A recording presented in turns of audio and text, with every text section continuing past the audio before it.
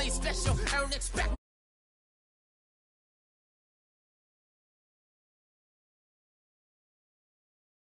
It's my impression, impress, that's the way to relate. I'm just trying to relate. I'm just trying to relate. I'm just trying to relate. I'm just trying to relate.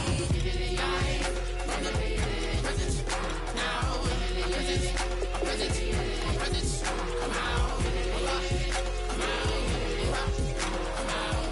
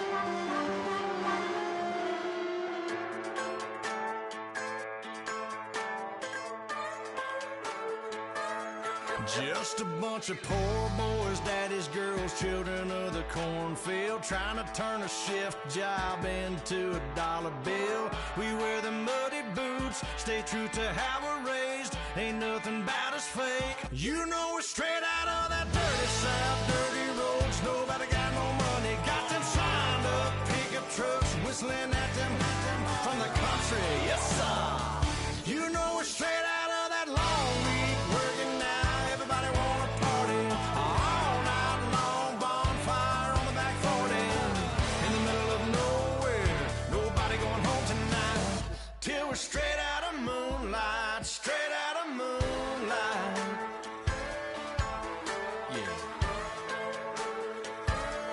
Just a bunch of John Deere junkies getting funky to some old hang. Nothing been stuck in the mud that we can't hook up to a rusty chain in the sun or in the rain. Yeah, it's the kind of thing, you know, we're straight out of that dirty south, dirty roads. Nobody got no money, got them signed up pickup trucks whistling at them from the country. Yes, sir. You know, we're straight out of that long week working now. Everybody wanna party all night long, bonfire on the back 40 in the middle of nowhere. Nobody going home tonight till we're straight out of moonlight, straight out of moonlight. Woo!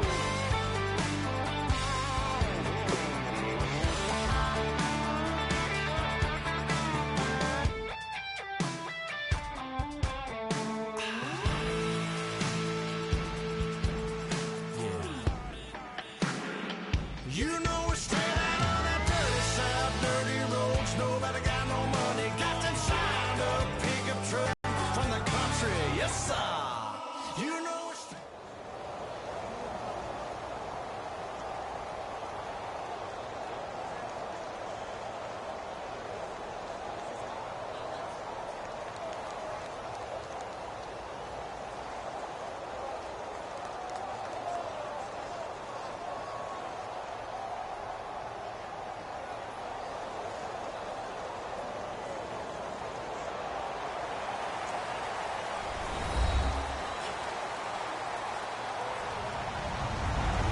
Everybody, I'm Larry Ridley. You're tuned into the NFL on EA Sports. As we head towards kickoff, two quarterbacks will be on the field today trying to push their team to victory. It's Newton's Panthers going up against Wilson's Seahawks. So with kickoff approaching, let's send it over to our commentators here this afternoon, Brandon Godden and Charles Davis. Thank you very much, Larry. We are here on a beautiful afternoon for football. Straight ahead, we've got a good one on tap here between the Carolina Panthers and the Seattle Seahawks. That's fielded in the end zone. And he'll take it up past the 25 to the 26-yard line.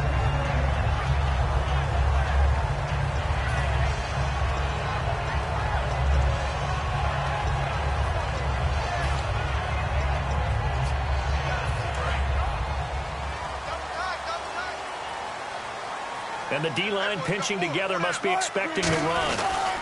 There's Thomas Rawls with his first carry. And they'll bring him down after just a short pickup. A gain of 3, second down. On second down, here's Wilson. And that's complete to Luke Wilson. 17 yards on the pickup there. The drive will continue. It's a first down. And that catch there by Luke Wilson goes for a first down, and he's really developed and come on. Now, remember, Jimmy Graham, who was expected to be the key tight end for Russell Wilson, he was hurt most of 2015. Luke Wilson really jumped his game up. They'll throw on first down with Wilson. An incomplete, crisis averted, almost picked. Instead, second down. And the starting defense here for the Panthers. Charles Johnson off the edge. A long day for any offensive tackle. Offense looking to avoid a 3rd and long. It's 2nd and 10. Again on 2nd and 10. It's Wilson. And the grab made by Doug Baldwin. Really nice pickup of 14 yards, and it moves the sticks. I don't care how many times you tell the story, it never loses its luster for me. Doug Baldwin, undrafted out of Stanford, and plays like a #1 receiver should in the NFL. I don't care how you cover him. I don't care that his size isn't great. He's the one that typically comes up with the football. Absolutely. His roots go all the way back to Gulf Breeze, Florida, where he's from, right on the water near Pensacola, and then, of course, to Stanford, and, boy, he's been good.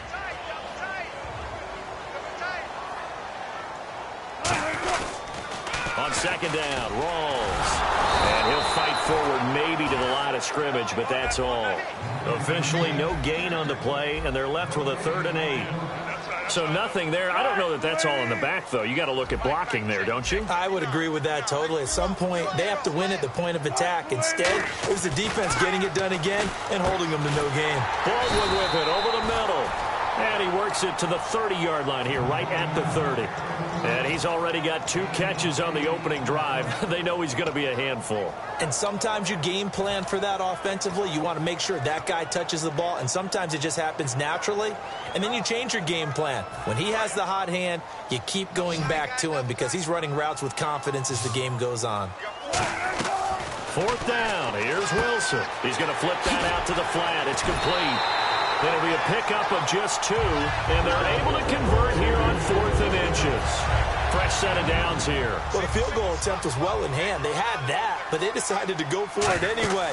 Extreme confidence, it looks like. Yeah, but I bet the defense is going to remember this one, right? They kind of rubbed their nose in it. And down inside the 15 he goes. It's a gain of 14 there. And the Seahawks are going to have a 1st down. And they're getting him involved early. You feel like they saw something on tape, or they just have a sense with him because he's had a good week of practice or something in that area that they want him involved. Just as you said, they want him to touch it either in the running game or the passing game, but they must like the matchups they're getting. And able to get him inside the 5 here, just inside the 5 to about the 4. Really tough drive, but that run help salvage something there because now there's something positive that came out of it. They got to see good blocking, good push by the offensive line, wide receivers trying to get involved, a good run by the back, and now maybe it'll be a catalyst for them to look at going forward, watching it on tape. Maybe they can keep incorporating that type of a run into their offense.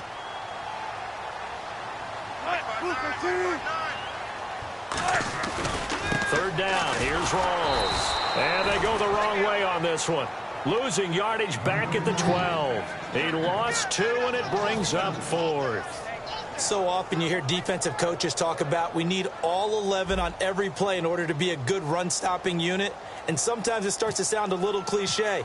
But did you see the free safety on that play? Knifing through and running down the ball carrier. A huge, huge play. And when you have a free safety who can run like that, you've got to turn him loose. So we would have figured that one to be 3 points in the bank, but this game, can be unpredictable at times. Yeah, he knew he needed to pull it ever so slightly to get it going in the right direction, but he seemed to put a little too much on it, and from short range, that is a bad miss for an NFL kicker. They go play action here on 1st down, and his first pass is incomplete. They were looking to get it to Kelvin Benjamin there, and that'll make it 2nd and 10. Here's the lineup and a big boy in the backfield, Tolbert. It's real easy to look at him and immediately picture a bowling ball scattering pins. That's exactly what Mike Tolbert does. And he's going to drop this off to his fullback. It's a gain of 6 on the play, and that's going to lead to a 3rd down. It's interesting because when I'm watching college football and I'm evaluating guys for the draft now, my list of... And now on the pitch, the ball's loose. On plays like this where the ball comes free, it's often unusual for the team that lost it to get it back because this is the quarterback. The ball gets away from him. Everyone else is trying to execute what they're supposed to do on offense. They're usually looking in the other direction, downfield, or moved away from it. In this case, though, the teammate is able to come up with the ball. The Seahawks offense now, they get ready to come back onto the field. And they had compiled a pretty long drive last time. Unfortunately, though, it ended with no points after the missed field goal. And that can hurt the psyche of a team because as they drove downfield. Rush coming, and he's taken down.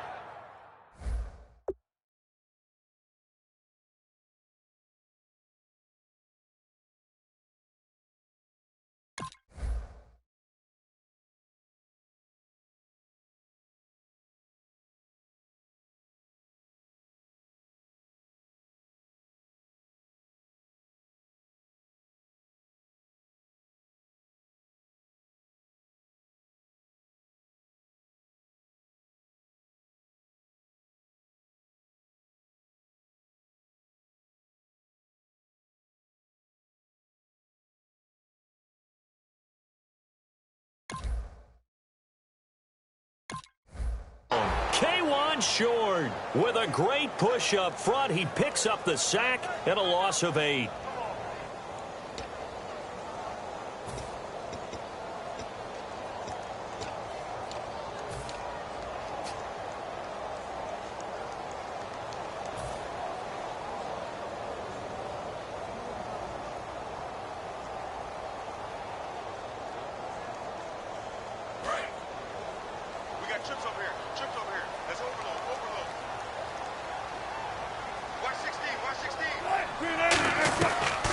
second down. Wilson. Oh, he's got a man wide open, complete. And he carries this one all the way down to the 9. An ex-teammate used to tell me all the time, I hate it.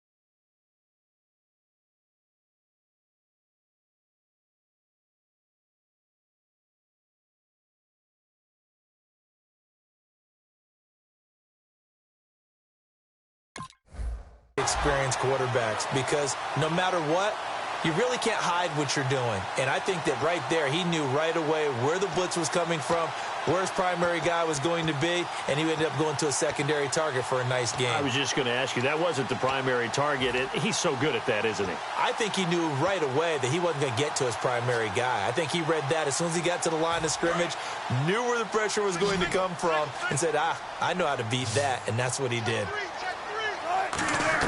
From the shotgun, Wilson, and he fires one that's intercepted. Picked off by Trey Boston. Past the 10 to the 11-yard line, and that's where the return stops. Carolina getting set to take the field. And last time they were very fortunate, this offense. They went for it on 4, turned it over in their own territory, but the other guys held up.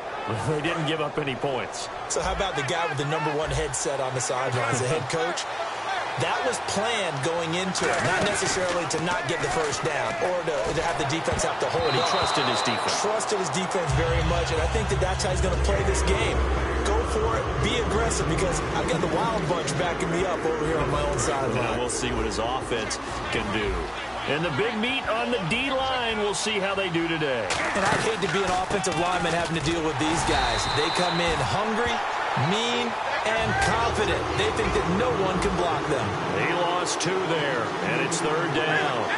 I would not want to be an offensive lineman in today's NFL, especially not a center or a guard, if you got to deal with these massive defensive tackles who could not just beat you with strength, but they can beat you with quick. He's got a man complete, and he's brought down after a good gain. And a big 32-yard play on 3rd. We often, with Cam Newton, talk a lot about his legs. Don't forget about that arm. He can throw it on a rope. He can loft it. He's got the touch that's been developed throughout his career. But the big part about just watching him throw it, it seems almost effortless. They'll set up the screen for Stewart. And he'll be taken down at the 46-yard line. 4 yards on the pickup, and it'll bring up a 2nd down. With my good friend Charles Davis, Brandon Gaudin with you. It's the Panthers in possession of the football as we begin quarter number 2, 2nd and 6 to start things out.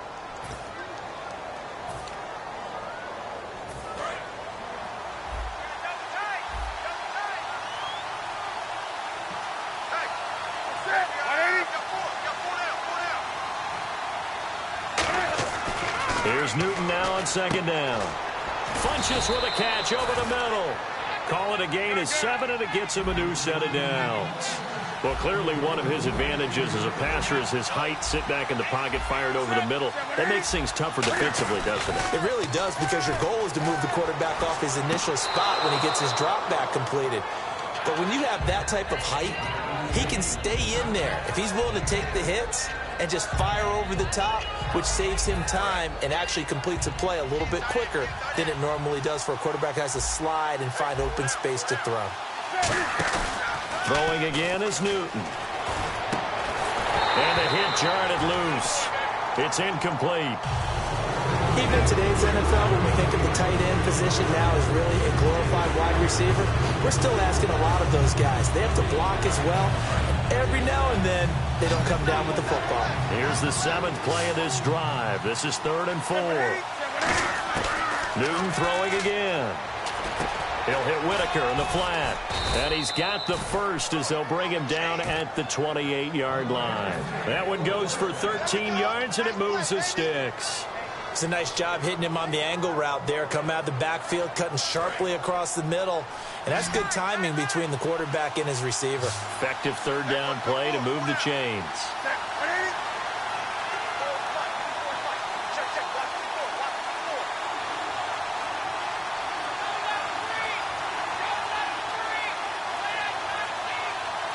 And now with the time of the play clock almost up, Ron Rivera's going to call a timeout.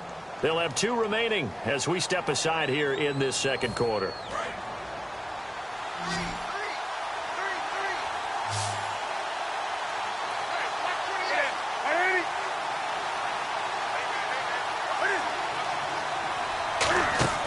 Newton on first down. He's going to let it go deep for the end zone. But when this ball's tipped and intercepted, a great read and it's picked off. And a big turnover there as his guys will get the football back. The Seahawks offense now, they get set to go back to work. And they had a nice little drive going last time. Threw the interception in the red zone. Costly. Bad enough to throw it anywhere, but that drives coaches insane when they're thinking about, hey, we've got a shot at points already. We're already in a spot where you're thinking you've got 3 on the board for sure, and to come away with nothing, that's a really tough one for them to swallow. Yeah, will they make up for it? Just a yard on the pickup there, and it'll bring up a 2nd and 9. Tough day, tough sledding right there, and it's been that way the entire game. Not a whole lot of room to ramble for him. Yeah, you're right. It's been that way all afternoon. Didn't get a whole lot better there. They go again with Rawls. And he's going to be met at the line of scrimmage and taken down. And now following that play, we've got a man down defensively, one of the members of the secondary. And we'll just hope he's all right to continue. 9 yards to go. It's 3rd down. It's a 5-receiver set. 3 to the left, 2 to the right. Now it's Wilson, and able to find Graham, complete. Well, they're certainly hoping to have Graham back for week 1, but Pete Carroll said back on Monday they're taking it one day at a time. They're not going to rush him back. The long view is the key to success. And let's face it, they get Jimmy Graham back healthy. Even if he misses a little bit of time early, they think they'll be really ready to go with him by the playoffs because they've got to get him fully integrated into the offense. He's going to be a key cog for Russell Wilson. And Graham's got it over the middle. Give him 7 on the play, and that'll make it 2nd down. And when you're playing a quarterback with some experience and some moxie, you enter the danger zone when you decide to blitz him because if he's able to diagnose as he did on that play, he can hurt you downfield. He reads defenses so well, doesn't he? He really does, and the best part about that play for him, I don't think that was his primary target. I don't think so either. I think he had the read, figured out where the blitz was coming from, and went to a secondary target for a really nice game. It's always tough for the guys throwing the football when they think they've got a completion and the ball's almost there, and then someone sneaks a hand or 2 in and bats it away. To throw is Wilson. Oh, the ball comes out on the hit, but they'll say it's incomplete. Putting pressure on the guy throwing the football is always good, but when you can couple that with contact on him that leads to an incompletion, as we just saw there, that's winning football. Well, the offense is not leaving the field. They're going to stay out and go for it on 4th and 3. Here we go on 4th with Wilson. And he finds Jimmy Graham. And he will have a first down as they get him to the ground at the 37. Offense walks to the line for play number 7 of the drive. On 1st and 10, it's Wilson. And left side here, it's Graham. And all the way in, touchdown Seattle. Jimmy Graham, 37 yards. And the Seahawks have taken the lead. Boy, it's nice to have that big, reliable target you can go to. Each and every time. A lot of people see that position as a fallback. Throw it to them when all else fails. Not at all. This guy can make plays, and that's exactly what he just did. Yeah, play here for a touchdown.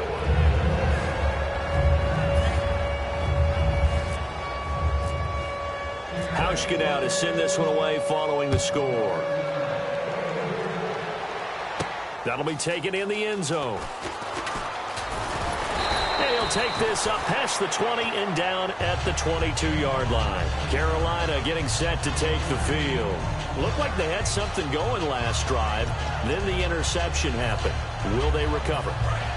The memory they need to keep with them is that they did have something going. They were moving the ball on offense, had a nice sequence going.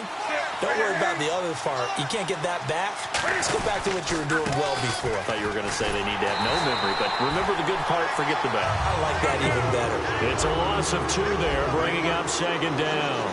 They tried to run the counter, just that the defense wasn't fooled. And when they're not fooled, you see the end result, because what you're doing there, you mentioned the counter. You're using your offensive linemen sometimes to pull or move to influence the defensive front to go in that direction and create the space back in the other side and block it appropriately. But you're exactly right. Didn't move him.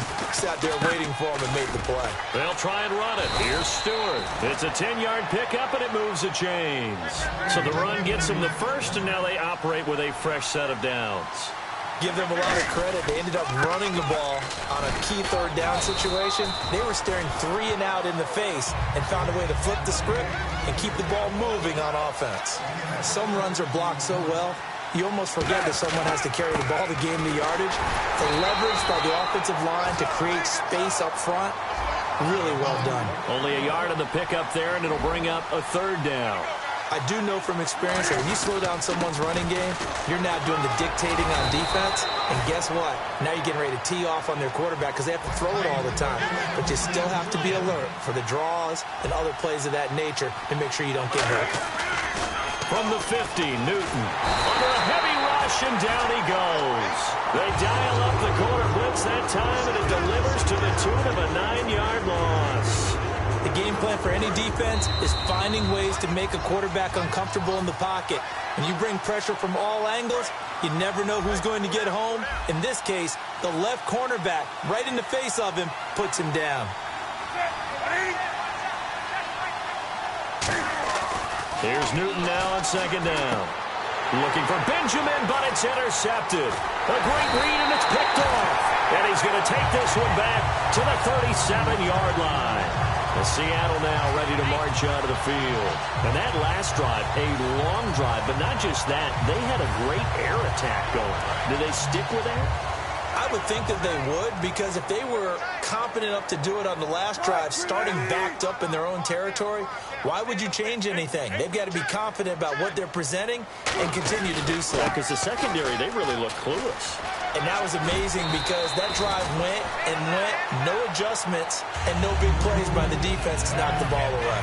First play of the drive, let's give credit all around. Excellent blocking, but the guy carrying the ball, he was the finisher. A really nice run. Here's Wilson to throw. He'll buy some time right. And he's got some space here. And he's going to be out of bounds down inside the 20. 12 yards there as they move the chains.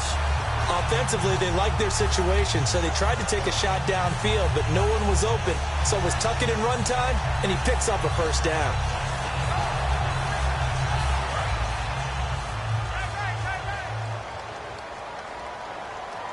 Another pistol look here.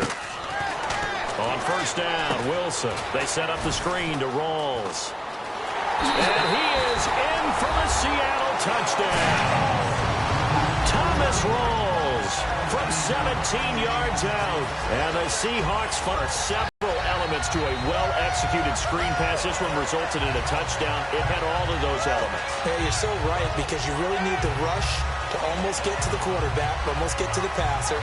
Then you've got to get the ball thrown perfectly. And, of course, the blocking has to form in front to get him downfield for the touchdown. So they're going to go for 2. Penalty marker is down here.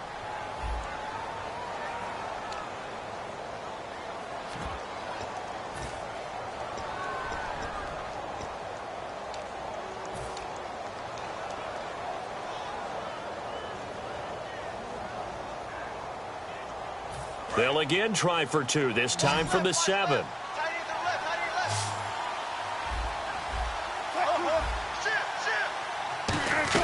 Wilson going to throw for it. Into double coverage, and it's intercepted. It's the Pro Bowler Luke Kuechly that picks it. And a big turnover there as his guys will get the football back. Hauschka now to send this one away following the score. That'll be taken in the end zone. And he will be brought down here at about the 17-yard line. And the Panthers coming out now. And following the interception, just any interception, are you a little bit more cautious when you start that next drive, or no, you just throw that out the window? I think you are. I don't think that there's any way you can run back out there and go, totally didn't affect me. Let's just go ahead and be loose with the football again. You're going to take care of it, but you have to be careful about being too cautious because now you can't run any offense at all. Still want to attack. We'll see how they attack him here. Back to throw, Newton. The catch made over the middle by Ginn. A very nice pickup of 33 yards. Well, we know he's got the speed there. He needed the speed and the hands. A great catch. And because of that speed, you have to respect it as a defender. So you have to either play off or make sure you're somehow in contact with him, and he's able to do exactly what you said. Use the speed to his advantage and go up and get the football. That's a big-time play right there. They come out 5 wide, 3 of them to the right side. 2nd and 10, Newton again. Looking left side, and it's complete.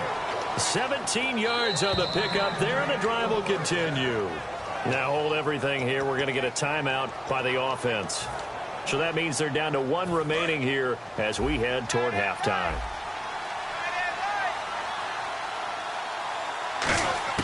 Now Newton on 1st down.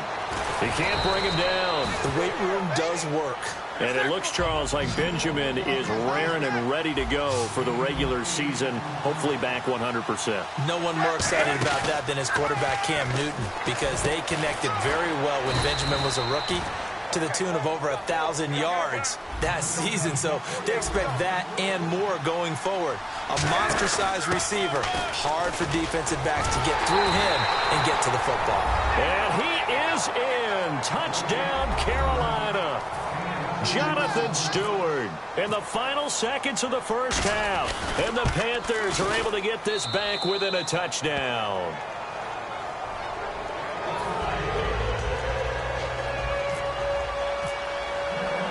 Gano now following the touchdown here to kick it away. That's fielded in the end zone. Stays on his feet. And terrific field position here as they finally get him just shy of the midfield stripe. The Seahawks offense now, they get ready to head back onto the field. And from this spot in the field with the clock where it's at, you think we're just going to see a knee and that's it? And I think in this situation, that's the proper play. But we do know there's some risk takers out there that may want to take one more shot before the clock runs out. And he's brought down. First half in the books. You're watching the NFL on EA Sports.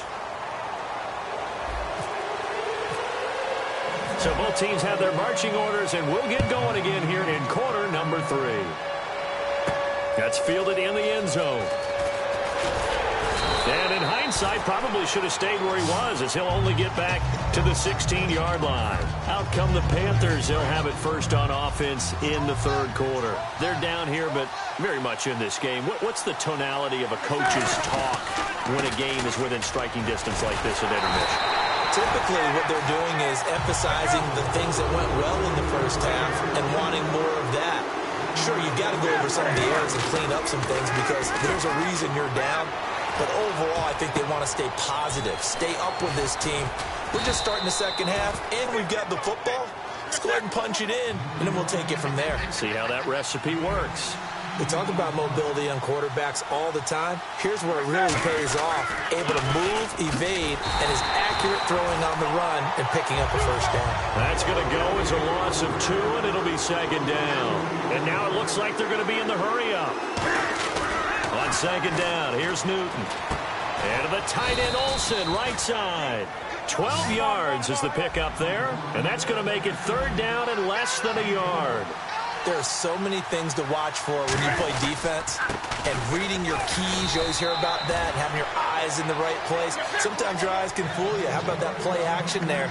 And it sprang the big guy, didn't it? Able to dump it over the top to him. I always appreciate runners who understand situations. That was just 3rd and inches. No reason to dance around in the backfield and try and break off a bigger play. Just go pick up the first down, and that's exactly what he did. It's a gain of 17 that time. And it'll be 1st down, Panthers. Now a play fake here on first down. He's just going to dump this one off to his fullback out of the backfield. It'll be a gain of 8 yards, and that'll make this a second down.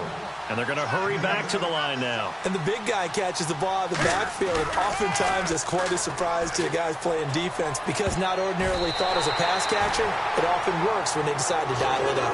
And that one was knocked away, and I think the defenders are going to be a little upset with themselves. They made the play on the football, but that one felt like a forced pass by the quarterback.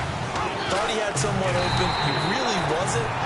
Maybe an example of having too much confidence in his receiver that no matter what, I'm going to throw it to him. And that was a play made by the defense, and it could have been a bigger one.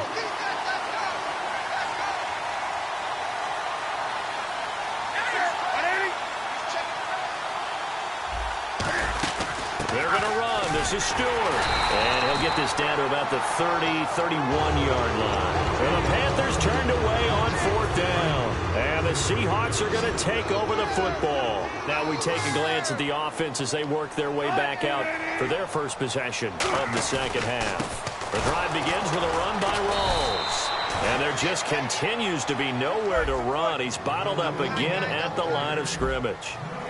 They're going to hurry back to the line now. They stay on the ground. Rawls again. And a cut to the sideline. And able to get this one across the 45 before he's brought down. And that one good for 16, and the drive will continue. Sometimes it's hard to believe, but there are times this game is about patience, isn't it? Has had the game he expected, but that run there, that may get him going. I was just going to say, maybe that gives him a little juice, because you're right, he struggled, especially in that first half. Yeah, and I know the great ones always think to themselves, just hang in there. I'm just one big carry away from busting this open. That's a good start for him. In my book, that's running the ball well, but with intelligence. How about him keeping the clock moving, staying in bounds? Yeah, even though it's the third quarter, you're thinking ahead, aren't you? This is where your running game can really help you with a lead in the second half. I agree totally. It's not just end-of-the-half situations that you worry about the clock. It's throughout the game. And with a lead, stay in bounds. Make them fight harder to try and catch you. Here's Wilson. And he's got Lockett. A pickup of 24 on the third down conversion. Well, the advantage has certainly shifted to the defense as we began that third down play, and they found a way to foil it and pick up a first down. Third time's a charm, right? 2 incompletions. Had to have it on third, and they got it. Yeah, they stuck with it, weren't daunted at all, and picked it up. First down, this is Rawls. And able to push his way forward here for a good little gain. He'll get a nice chunk there on the first down run, and it's 2nd and 4. This drive is turning into an extended one, and the guy carrying the ball, he's becoming more like a body blows guy. Every carry is putting some damage on the defense. So after a while, I'm not too sure how many guys are going to want to run up and tackle him. And he got half of what he needed there, 2 yards, and it'll bring up a 3rd and 2 more. Trying to keep the drive going here. This is play number 7 on 3rd and 2. Now we've got whistles and movement up front. I think this is against Seattle.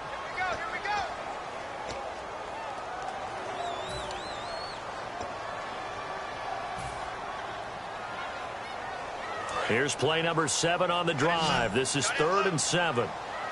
So 3rd and 7 and an extra defensive back on the field here. Definitely want to play coverage here. This complete to Lockett.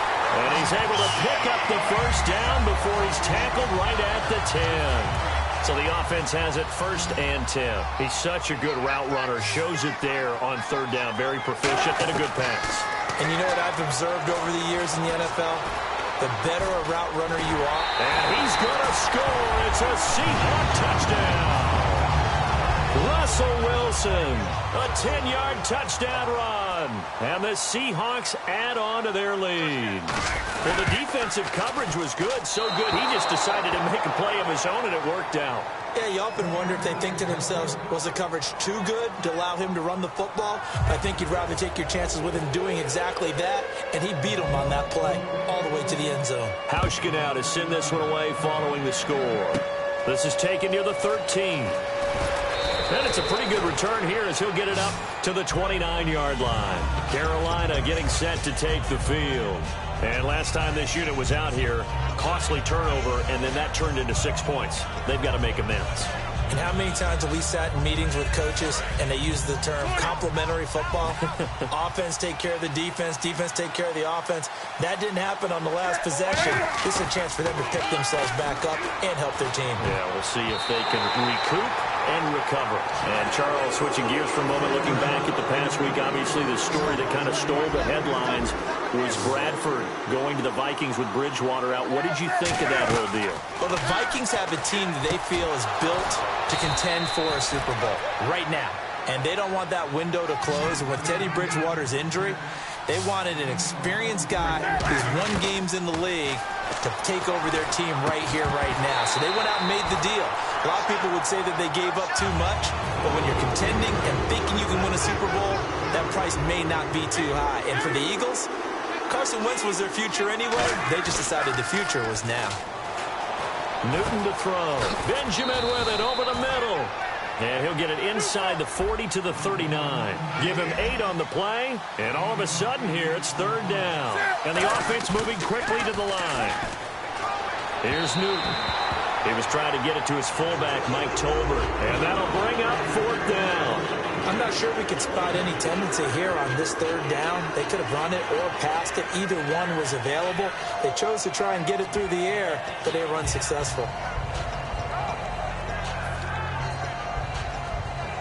I guess they figure they got to start taking some chances. Here's a big one in this third quarter as they'll go for it on fourth down.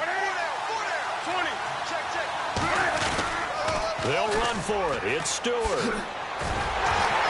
And he will have a first down as they get him to the ground at the 37. It'll be a 2-yard gain. And on fourth down, they're able to convert and move the sticks. And they're going to speed things up here. They go play action here on first down. And he's going to drop this off to his fullback. A gain of 4 on the play, and that'll make it a second down. I wouldn't be surprised to see the next step in utilizing this position is to actually utilize more of a scat back in this spot. Because we saw the catch there, right? He made it. He's a bigger, stronger guy, maybe not quite as elusive as maybe someone else you would put there. Yeah, didn't get the big yardage there you might out of a smaller back. But so far, this game has gone the way the defensive coordinator had hoped. They've dictated things. They've not let him run the ball very well at all. They gave up a nice game there. I doubt it'll back off their confidence. They played so well throughout this entire game.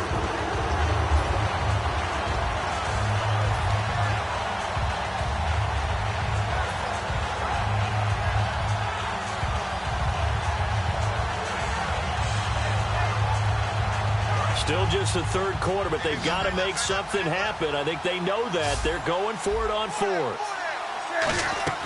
On fourth down, Newton. They'll set up the screen for Stewart. Back now in Seattle, Washington. It's the Panthers in possession of the football, but facing a deficit here as we get to the fourth and final quarter of play. Long drive. The defense just cannot seem to catch a break and get off the field.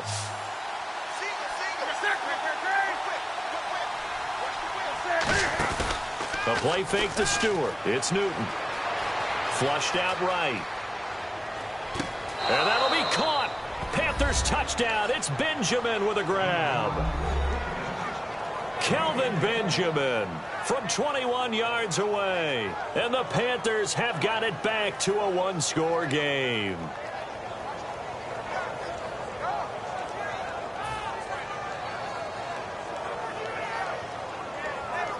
All right, now a big two-point conversion attempt still to come. Four down. Check.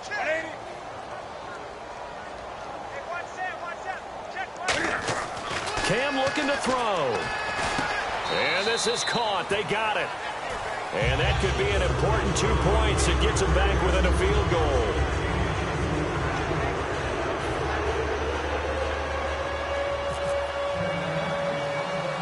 Gano now following the touchdown here to kick it away.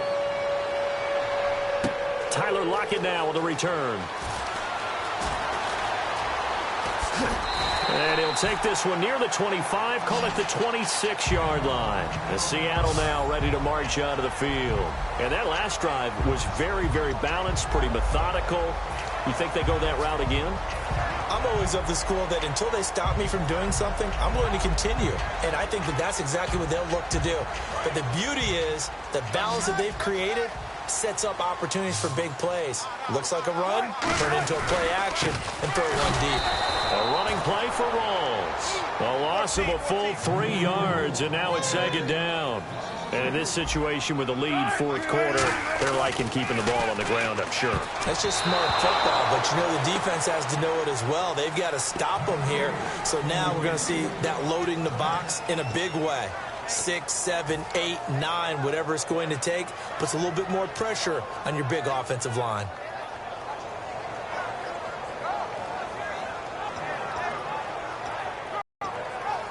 And the offense looking to pick up the first down after the second down incompletion. It's a 5-receiver set, 3 to the left, 2 to the right.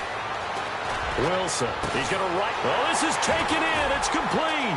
And some room to maneuver. And all the way in, touchdown Seattle. Jermaine Kearse, 76 yards. And the Seahawks find a way to stretch their lead. Here we go now as we get set for a big 2-point conversion. Wilson going to throw for it. That's caught. And he will get into the end zone to extend the lead by 2 more. Hauschka now to send this one away following the score. This fielded a few yards into the end zone. And he'll get it up past the 20 to the 22-yard line. Carolina getting set to take the field. And they're hoping to capture some of that magic they had last time out when they were able to put together a scoring drive. But they're still down here, Charles. Not the major concern, though, because of what you talked about. They scored the last time out. They feel good about themselves. They feel like their game plan is now in effect. They know how to attack and what plays they want to put together. But they've got to keep it moving in the right direction because, as you did note, they are down on the scoreboard.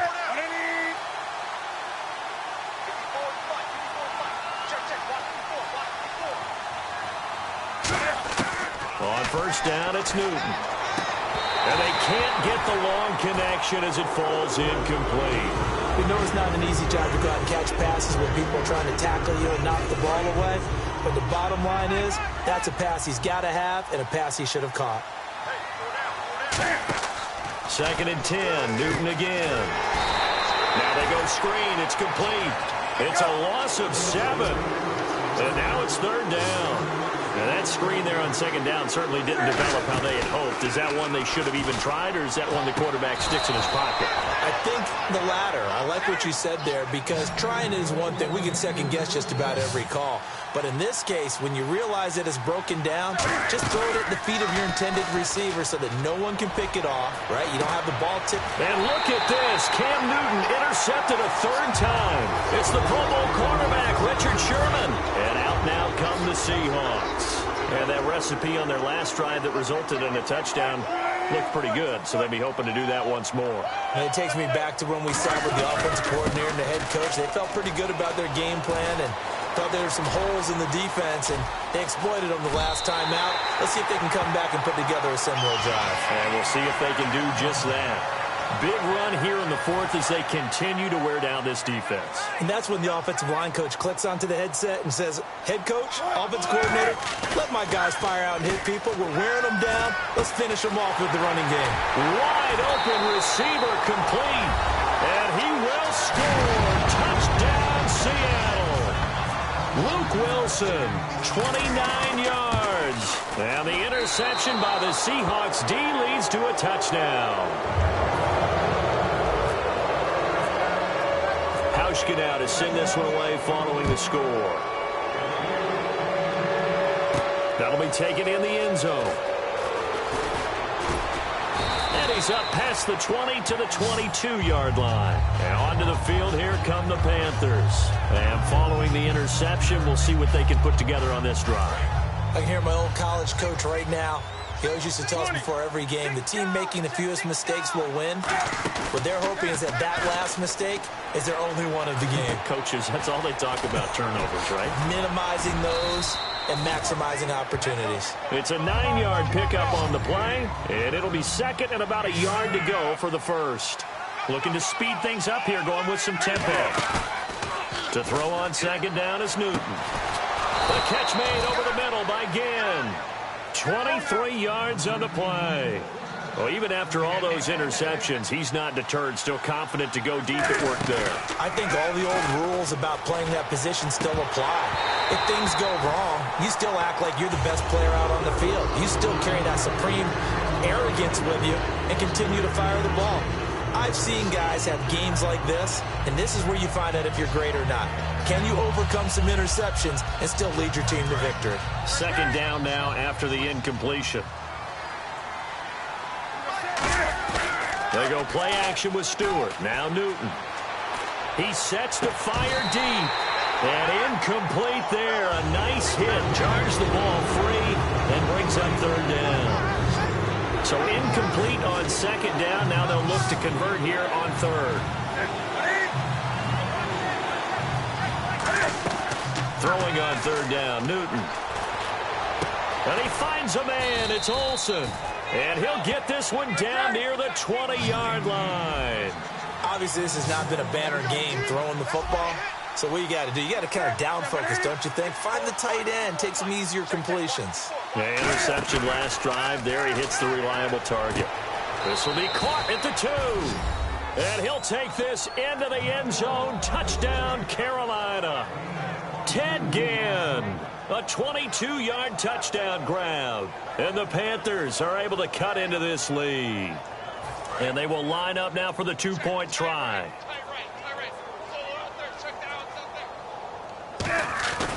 Try to punch it in. Stewart. A strong running. And he will get into the end zone to shave 2 more points off the deficit.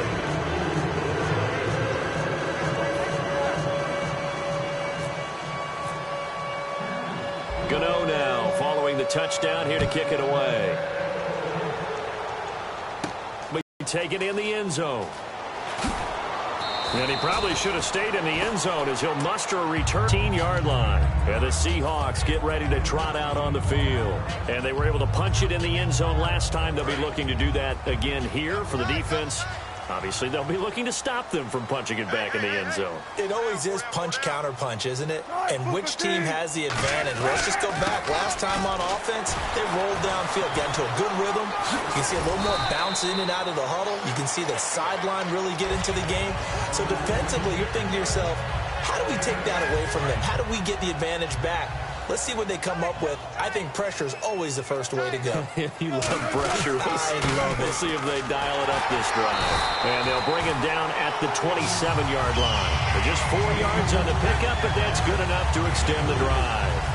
But we always talk about good down and distance, allowing offenses to expand their playbook. Well, 2nd and 2, that means your playbook's wide open. You can run just about anything. But a lot of times, the play caller, he just looks down at his sheet, sees the short yardage runs, and goes to one of those. Yeah, give him 4 yards there. It'll be 2nd and 6. The fourth quarter here, they've got the lead. They want to keep it on the ground. That's what they're doing. Smart football. Keep the clock grinding. Keep it going. But you got to figure now, they're going to see more people stacked up at the line of scrimmage as they try and bleed it out.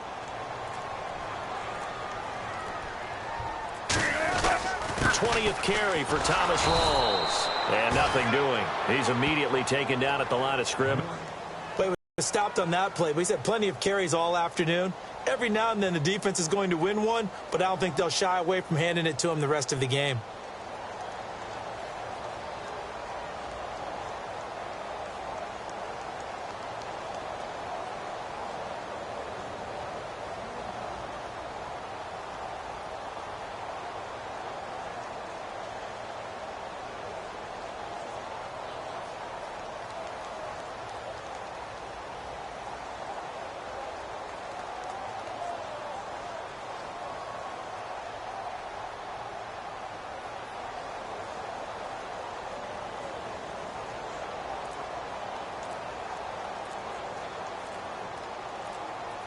Play clock winding down. And the play clock is going to run out here. They're in no hurry to get a play off.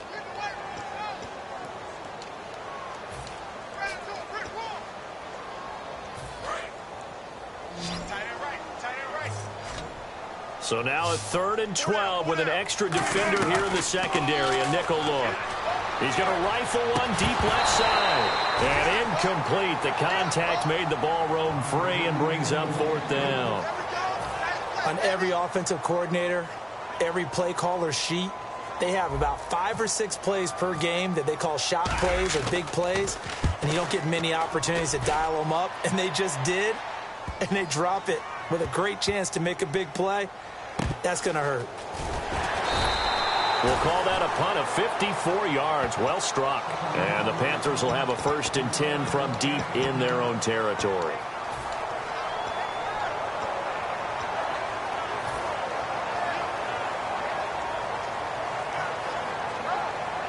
Very tough spot here for the offense to start.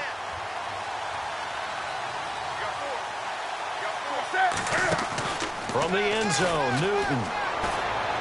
It's complete right side to Benjamin. And he's brought down after a good gain.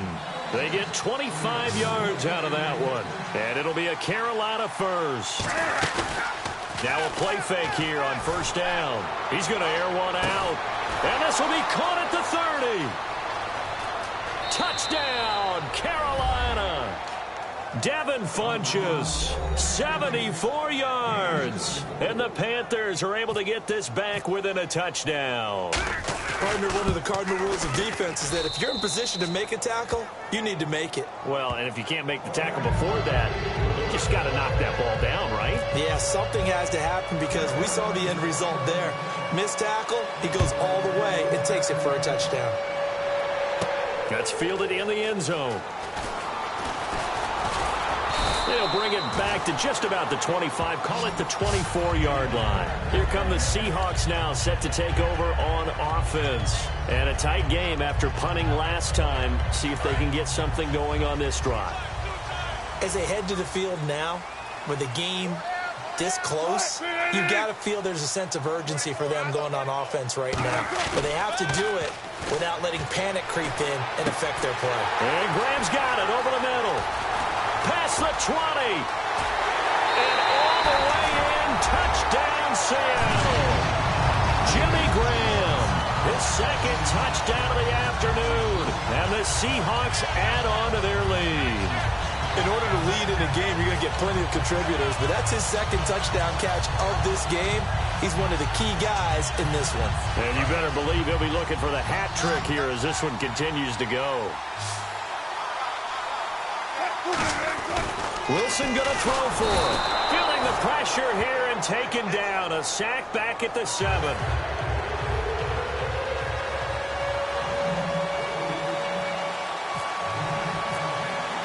Hauschka now to send this one away following the score. That'll be taken in the end zone. Fighting through. And the decision to bring it out, a good one, as he's up a yard or two shy of the 30. Here are the Panthers now as their offense comes back out onto the field. And they're going to need another score. Got one last time, but still down here. When you're playing catch-up, every possession becomes crucial, doesn't it? It's vital. Get back out on the field, punch it in the end zone again. They know it's not easy, but what they do have going for them, they did score the last time. They think they've got a good formula working. And what about the defense? Well, now you're just saying to yourself, okay, we gave up a score last time. What adjustments do we need to make to slow them down now and get the ball back for our own offense? Is it more pressure? Is it more zone? What do they have to do? They're trying to figure that out themselves. We'll see if they can figure that out right here. Time for a break. We'll come back for the electrifying conclusion after this.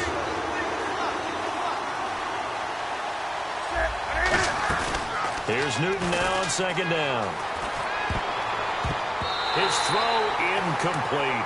Greg Olsen was the intended target. And it'll be 3rd and 10. Give him credit for batting it away, but unable to come up with the interception. And sometimes that joke does come true. Guys are on defense for a reason. Maybe their hands aren't quite as skillful as the guys on offense, but a lot of credit on that play for just knocking it away. One score down. Here we go. They're going to go for it here on 4th down. The dialed up the screen. And now before they run this play on 4th and 1, we're going to get a break and a timeout. That'll leave them with just one remaining in this 4th quarter of play.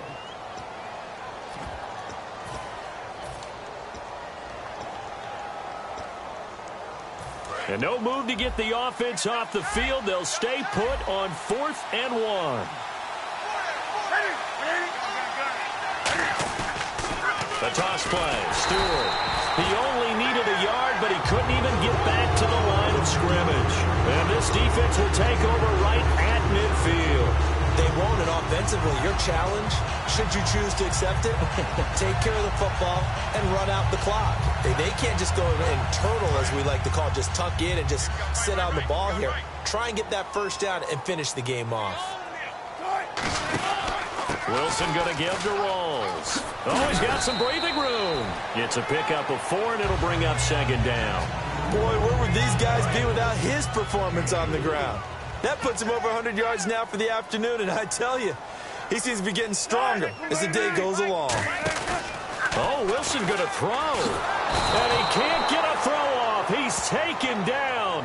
What a huge play at this point in the game. Now that was a passer's nightmare. The front door totally shut down by the defense, so he kept going backwards, hoping to find another avenue of escape. It didn't exist. They come out 5 wide, 3 of them to the right side. Here's Wilson. And he's got Lockett. And he's going to have the first down at about the 38. He goes for 18 there as the drive will continue. Well, we're used to seeing the guy that you consider the #1 receiver double covered, but how about this guy? He's double covered and finds it. And he can't get a throw away. He's taken down. K1 short with a great push up front. He picks up the sack and a loss of 8.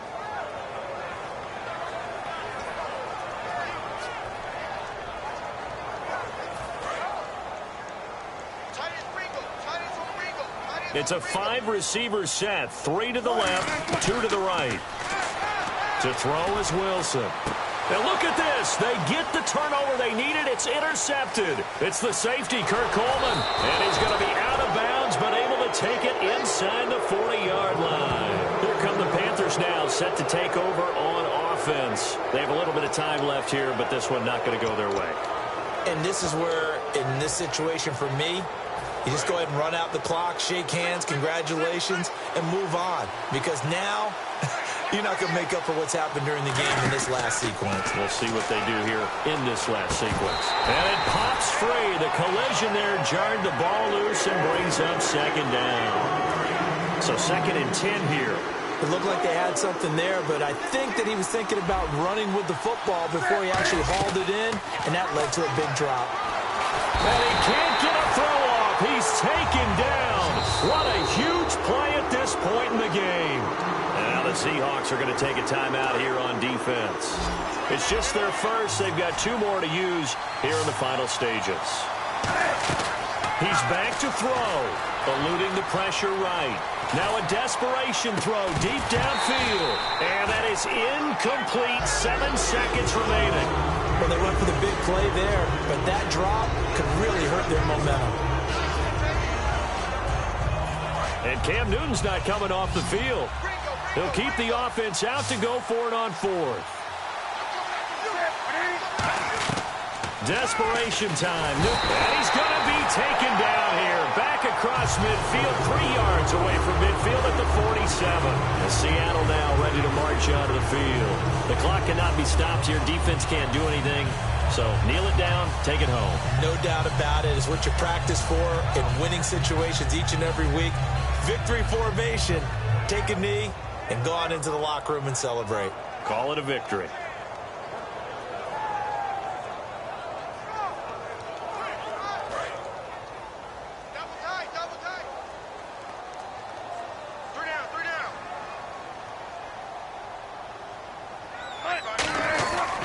Wilson to give to Rolls. And he is going to lose yardage here.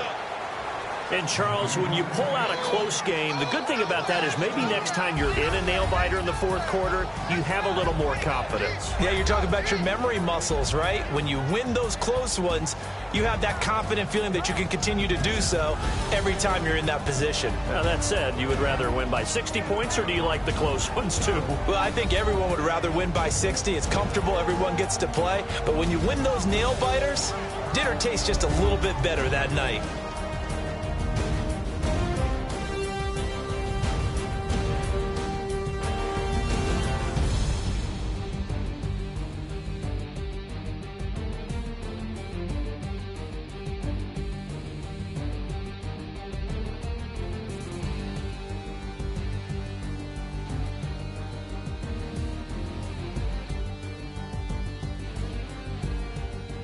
That'll do it for us. For Charles Davis and all our hardworking crew, I'm Brandon Gaudin. You've been watching the NFL on EA Sports. For more, find us on Twitter at EA Madden NFL.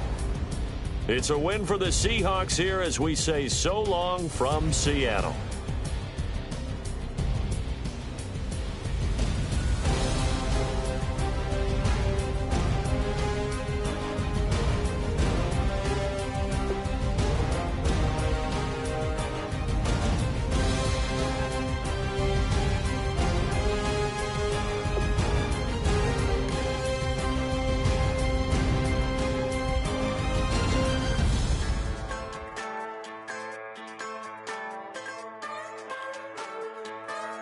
Just a bunch of poor boys, daddy's girls, children of the cornfield, trying to turn a shift job into a dollar bill. We wear the muddy boots, stay true to how we're raised, ain't nothing about us fake. You know we're straight out of that dirty south, dirty roads, nobody got no money, got them signed up, pickup trucks, whistling at them from the country, yes sir. You know we're straight out of that long week, working now. Everybody wanna party all night long, bonfire on the back 40, in the middle of nowhere, nobody going home tonight, till we're straight out of moonlight, straight out of moonlight.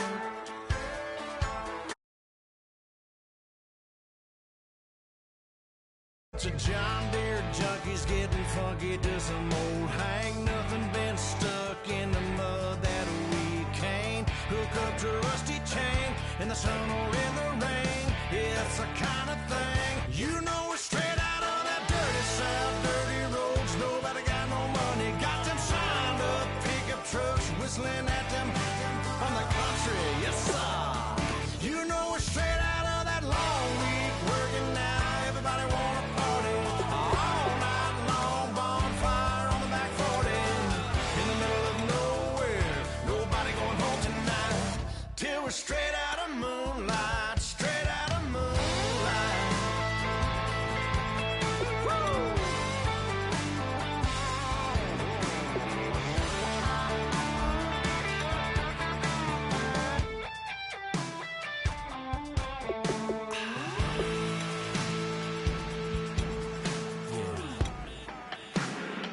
You know we're straight out of that dirty south, dirty roads, nobody got no money, got them signed up, pickup trucks, whistling at them from the country, yes sir. You know we're straight out of that long week, working now, everybody wanna party all night long, bonfire on the back 40, in the middle of nowhere, nobody going home tonight, till we're straight out of moonlight, straight out of moonlight.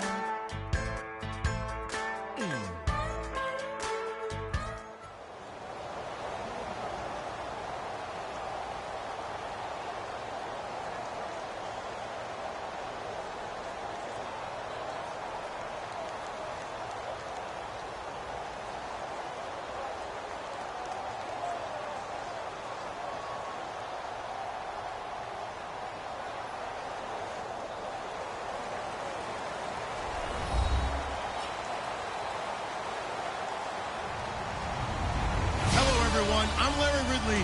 You're tuned into the NFL on EA Sports. Tonight's matchup features two quarterbacks who will be trying to lead their team to victory. It's the Texans going up against the Cowboys. With that, let's go out to AT&T Stadium in Arlington.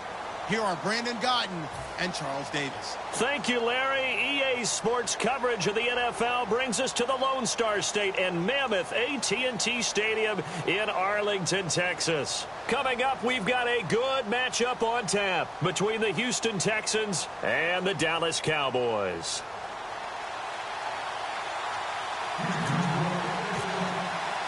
Here's the kicker, Nick Novak, to get us started. And we are underway from AT&T Stadium. This one fielded at the 5. And a good effort on the return there. Gets him across the 30 to the 33-yard line.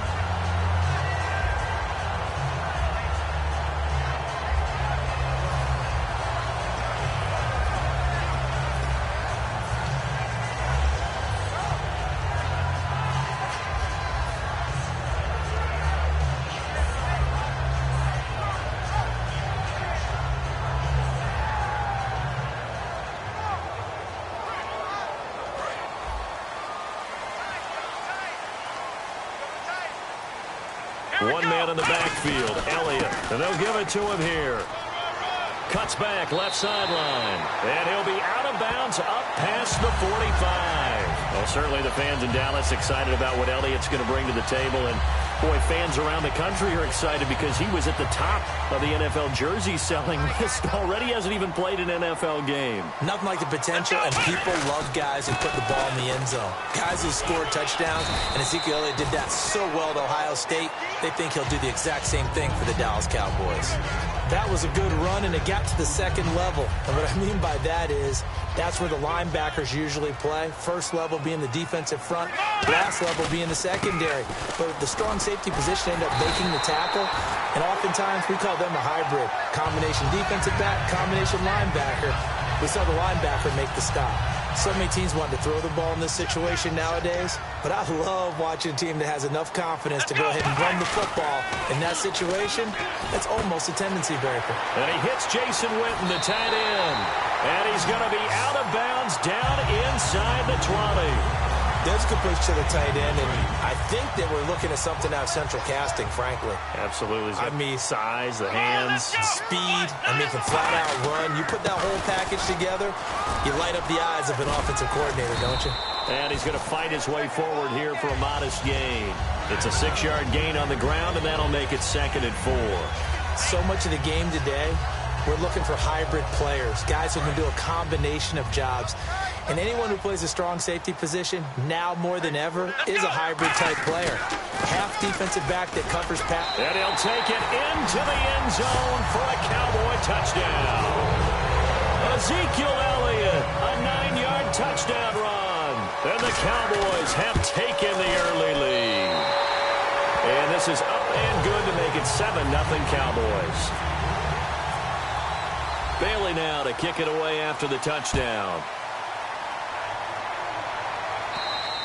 And this will be a touchback as that sails over the end line.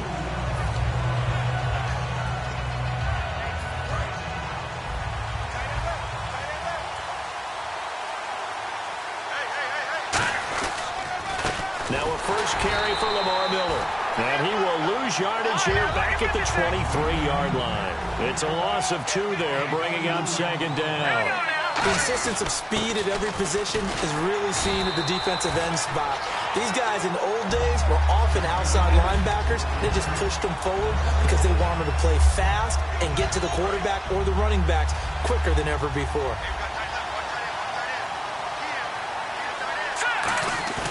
On 3rd down, Osweiler. The catch made by DeAndre Hopkins. It'll be a pickup of 12 yards. And in their own territory, needing only a few inches, they're going to line up to go for this thing on 4th down. They run for it. Here's Blue. And he will have a first down here at about the 40. Give him 6 on the play, and they're able to convert here on 4th and inches. Wow, that one took some guts. If this doesn't work, you're handing them incredible field position, but this head coach is undaunted, and he makes the call to go for it, and I'll be darned if they don't get the first down. Backing up. He's going to air one out, and it drops down incomplete. Thought he might have had it. Instead, 2nd down. Offensive starters here. Wide receiver DeAndre Hopkins, a talented wide receiver. And he's still looking for that ultimate recognition. He wants to be mentioned with the best receivers in the game. His numbers suggest that we should do so. And they get 6 here after the incompletion, and it'll leave them with a 3rd and 4. And once again, leverage wins. The offensive line, lower than the defensive front. They moved. He rifles one that's intercepted. A great read, and it's picked off. And to the 43. So down inside the 45 to the 43-yard line. That's where they'll take over. Offensively, when you see cover 2, the thought has to go through the quarterback's head. Drive the football when making throws. It's not just the deep guys covering. It's the guys underneath you have to be careful of. Drive your throw. Otherwise, you see what results? Interceptions. And a little spin cycle. Room to run now. Touchdown, Cowboys. Ezekiel Elliott with his 2nd touchdown in this opening quarter. And the Cowboys will add on to their lead. Well, he told us he was going to hit the end zone a couple times in this game. I just don't know that he envisioned doing it in the first quarter. And now it's blocked. The Texans have got it, but he will not be able to bring this one back, in the extra point attempt unsuccessful. Well, there's a blocked extra point. I remember playing, and we had one of those go against us. I remember our kicker and our holder told the head coach, just relax, coach. Why are you yelling? Don't worry about it. It's just 1 point. Oh, my.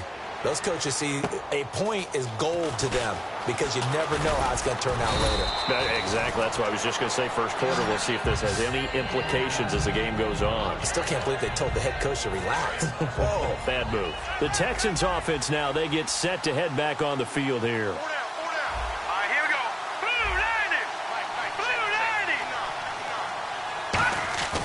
They'll start out on the ground. It's Lamar Miller. And he went nowhere. He'll lose yardage back to the 29. It's a loss of a yard there, and now second down.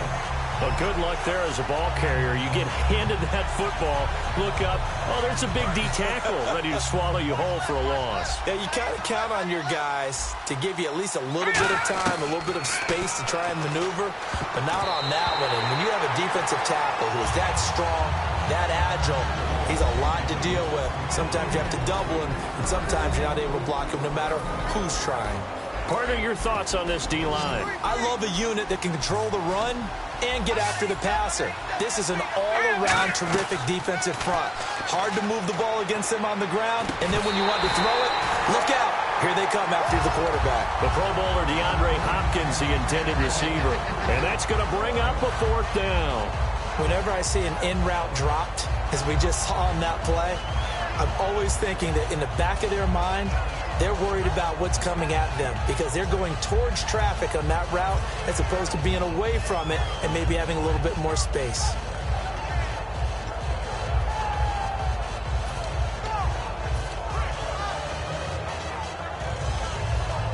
And they're going to go for it on fourth.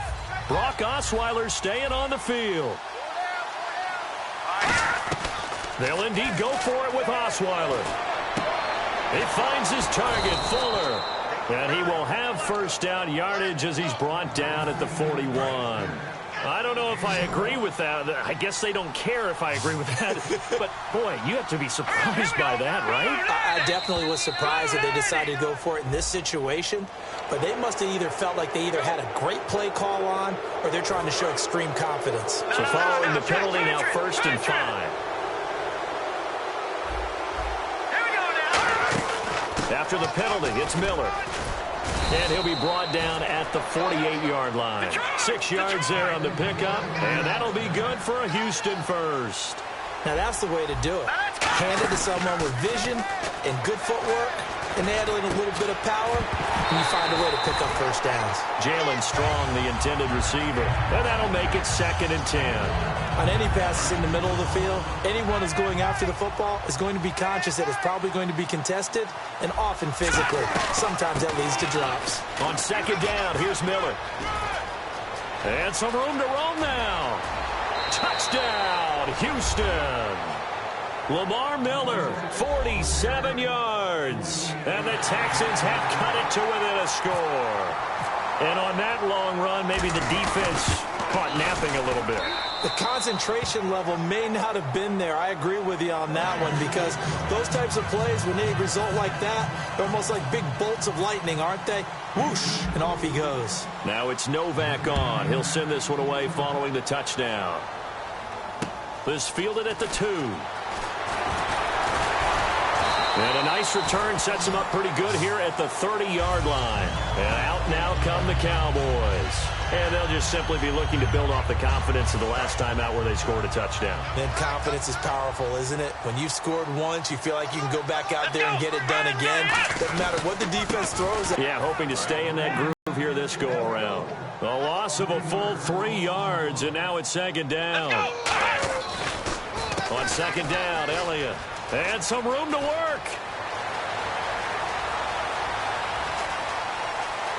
And finally out of bounds down near the 10-yard line. A big run that time by Elliott.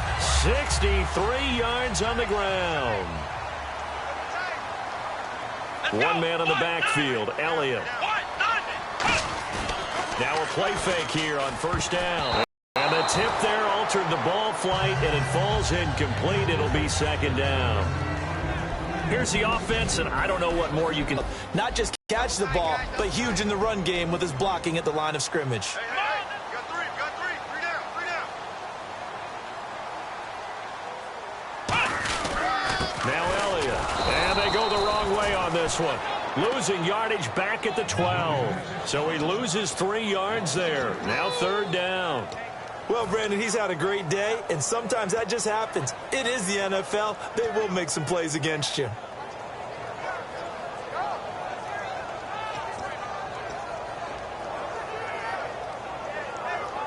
$12 yards to go on third down. They come out 5 wide, 3 of them to the right side. Here's Prescott under pressure, and he'll go down. They'll sack him on what ought to be the final play of this first quarter. And Houston fans hoping to see more of those in the regular season. Of course, J.J. Watt missed the preseason with a back injury, but Labor Day weekend they pulled him off the PUP list. And I don't know how many people are surprised that he's going to be back for the first game. There was question about it when he first went on the list for the injury, but this is J.J. Watt. He hasn't missed a game in 5 seasons. This guy knows how to play through injuries, through some pain, and still produce at an incredibly high level.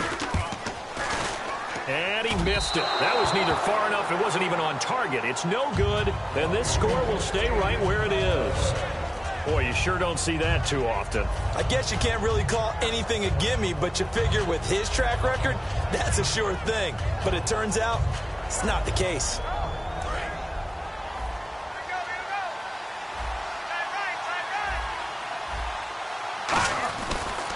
They begin with a run by Miller. And he'll take this up near the 35, maybe the 34. It's a 7-yard carry to set them up with a 2nd and 3. What a way to start a drive. An excellent run, a tone setter, and now if you want to take a shot on 2nd down and go play action and make it look like the same exact play and throw it over the top, you can do so because you've established the run in a big way. And they pick up a first down, and that came out of the fullback position. But as you and I both know, that doesn't necessarily mean that's a fullback playing in that spot. You know, times have changed, right? The old school fullback doesn't really exist anymore. We're not getting that same player out of college. With all the spread offenses, not very many pro-style back. We're having to make do in the NFL and put guys in that spot who emulate it but aren't necessarily that position. They come out here in the eye. They go play action here on first down. He's going to launch this thing way downfield.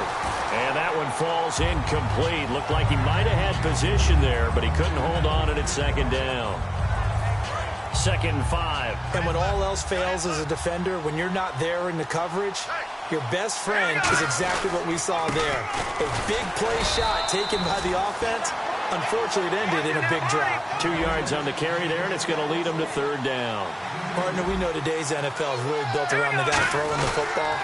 But these short runs, they still pay dividends because they can take their toll on a defense, and they can add up as the game goes along. You control the clock, you control the ball, and that way you often control the game. Now it's Osweiler. The catch made by Miller. 7 yards on the play, and they're able to pick up the conversion here on 4th down.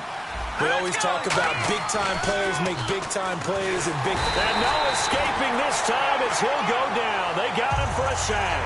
Kyle Wilbur from that outside linebacker spot. He's able to get in there for a loss of 9. 17,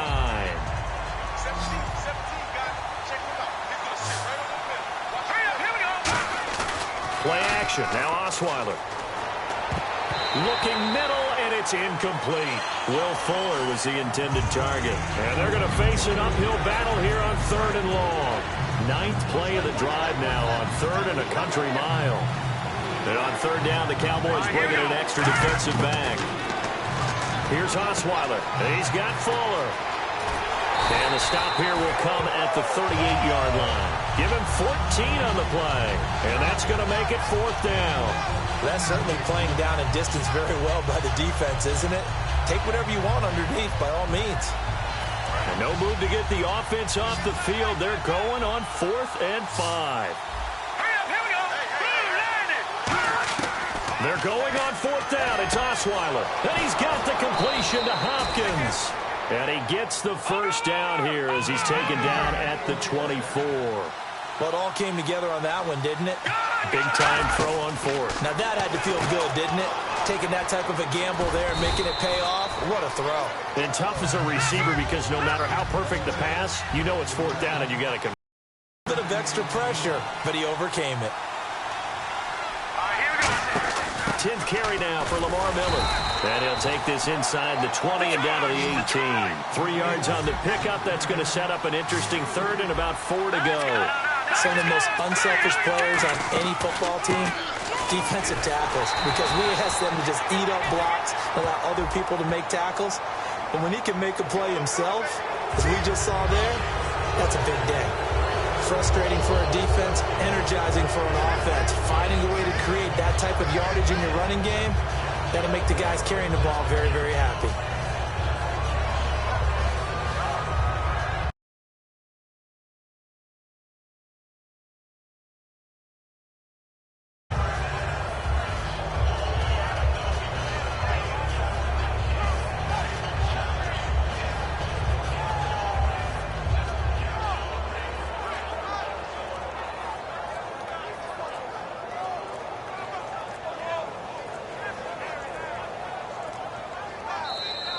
And some real confusion here. They won't even get to the line.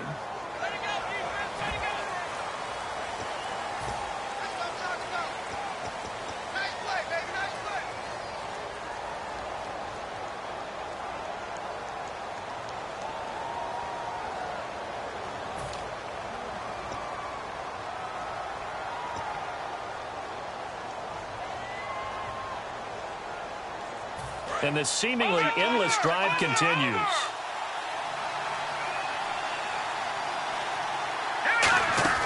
Throwing, Osweiler. And the tip there altered the ball flight, and it falls incomplete. It'll be 2nd down. Anytime a ball's thrown in the middle of the field that's popped up in the air, I expect someone to catch. It doesn't matter whether it's offense or defense because there's usually a great amount of bodies in that part of the field. In this case, no one came up with it. Now Osweiler, his throw caught at about the 5. And he'll take this one in for a Texans touchdown. Jalen Strong from 17 yards out. And his guys are an extra point away now from taking the lead. Novak to tack on the extra point. And there's a flag on the field. And this one through the uprights and good. Oh, and you just can't do that. 15 yards on the roughing the kicker call. Absolutely inexcusable. The kicker's in a defenseless position, and he just gets taken out. And this will not be returnable. It's out of the back of the end zone for a touchback. And now Dallas gets set to take the field. And they have to feel like they missed on an opportunity for points last time when they couldn't connect on that short field goal try. And no doubt about it, because they were counting on those points. In today's NFL, let's face it, that's really a chip shot, right? That's anything inside 40. Yeah, they're counting on that going through the post. But we've seen it happen to teams before. Some of the best kickers in the world can miss kicks like that. Can they come back now and redeem themselves? And out of bounds on the other side of midfield at the 45. A big play there out of the running game. 30 yards. That outside handoff to the left, that play has to warm the heart of an offensive line coach because they controlled the left side where they were supposed to. They didn't allow anything to leak from the backside on the right side of the offensive line either. Well played. Yeah, and it created a big run. Now that's the type of play that'll fire up a defense. Hold them to 1 yard on a first down run. It'll be interesting to see if the offense decides to press the run at all or if they'll abandon it now after gaining only 1 on that play. One man in the backfield, Elliott. He's going to get the football. Evades the tackler, and now some space. The 20. And he's going to be taken down, but not before reaching the 15-yard line. A tough run by Ezekiel Elliott, the 4th overall pick in the 2016 draft. If you watch tape of him in college, you saw plenty of those runs because I know the highlights showed him in the open field breaking away from people, but that's how he... Oh, Elliott going to be hit. He coughs it up. Loose football. And the Texans scoop it. And this return is going to be halted right around the 28-yard line. Now the Texans offense, they head back out to do battle here. And they will simply, Charles, be looking to duplicate what they did last drive when they were able to push it in for 6. And they hope it'll be that easy, right? To be able to take exactly what happened before, replicate it. They may have to make a few additional changes along the way because I'm sure the defense will make some adjustments, but they've got to have great confidence having scored the last time out. All right, here we go. 319! 319! Watch it now. Here we go. 319! Following the fumble recovery, it's Osweiler. Caught left side, Hopkins. They'll get 19 yards there. And it's good enough for a Houston first down. And when an offense is doing a nice job selling the play-action pass, a lot of responsibility shifts to the linebackers. It's caught inside the 25. Touchdown, Houston. Jalen Strong. 2 catches, 2 touchdowns here so far. And the Texans are able to show off their quick strike ability. Now, he's having a nice little first half here, partner. And it's a first half that leaves us anticipating what can still come. I mean, 2 touchdowns already here through the second quarter. There could be plenty more before this game is over.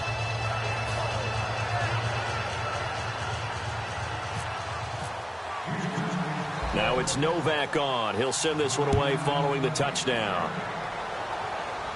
This will be taken to the back of the end zone. Able to get away.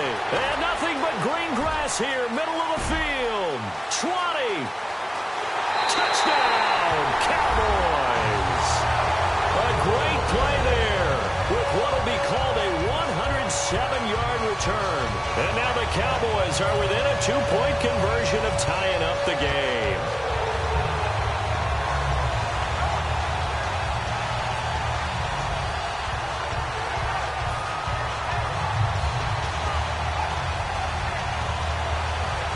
And they'll get set here looking for the 2-point conversion.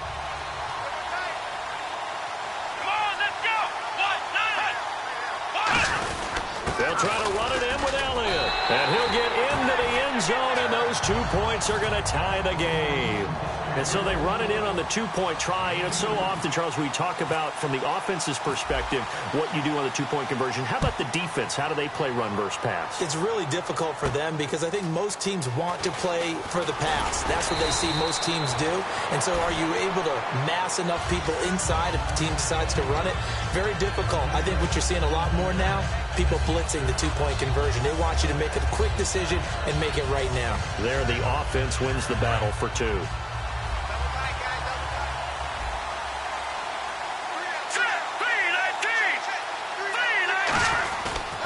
First down carry now for Miller.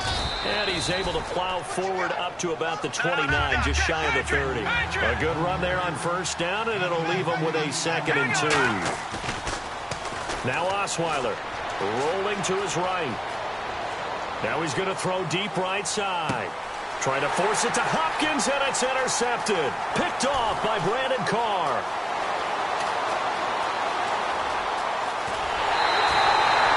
Okay, it's real simple to say from here, but we know that sometimes as a quarterback, you've got to know when to say when and just throw it away. Flushed out to the right, tries to make something out of nothing here, and he winds up floating one downfield that gets intercepted. And a great spot to start this drive from here. A first down carry by Elliott. And a short gain there down to the 37-yard line. Credit him with a 1-yard gain there to make it 2nd and 9. Brief break in the action here. We're back to Arlington right after this timeout.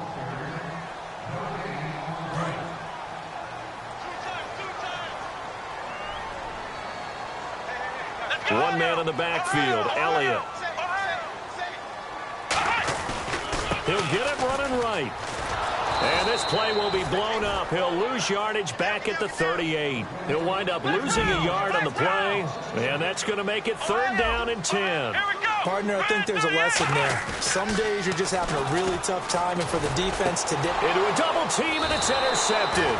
Picked off by Andre Howe. And his guys are going to take over at the 21-yard line. And now out comes Houston.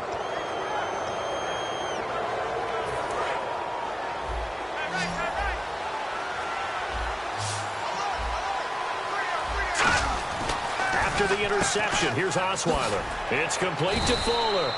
And he'll go down just shy of the 25 at the 24-yard line. Call it a gain of 3. And it's a second down. To throw is Osweiler. And he's going to be wrapped up and driven down. It'll go as a loss of 3 on the sack, and it brings up third down. Well, they go play fake. The problem is nobody was faked out. And when no one's faked out, what's the end result? Quarterback gets hit. On third down, Osweiler. He finds his target, Fuller. It's a gain of 17, and it'll give him a first down. And that's one of his advantages of a passer, is it not? With his height, setting back there in the pocket, firing it over the middle, he can really see everything clearly. It is, and I know that other quarterbacks get it done different ways, all right? You don't have to be his height to make a great play.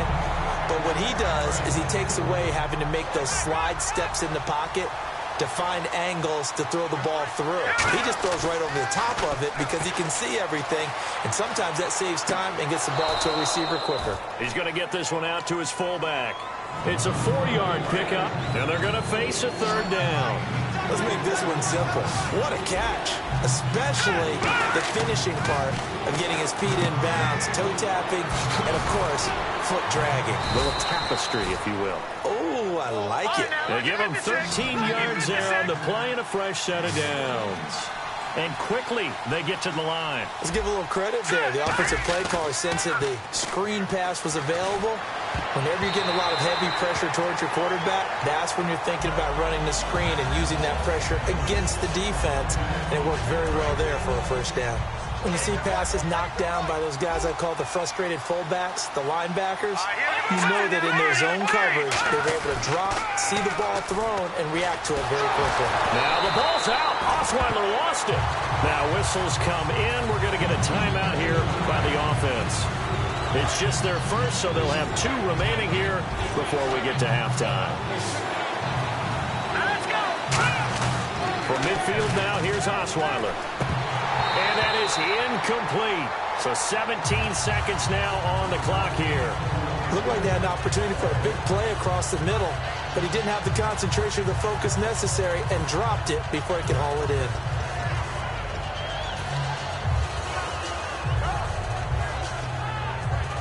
And how about this? 4th and long, and they're going to go for it. They isolate Hopkins on the left side. 4th down. Here's Osweiler. Going for the deep ball. This is caught inside the 15. Touchdown, Houston. Jalen Strong in the final seconds of the first half. And the Texans have broken the tie. That's one of the better examples of clock management I've seen.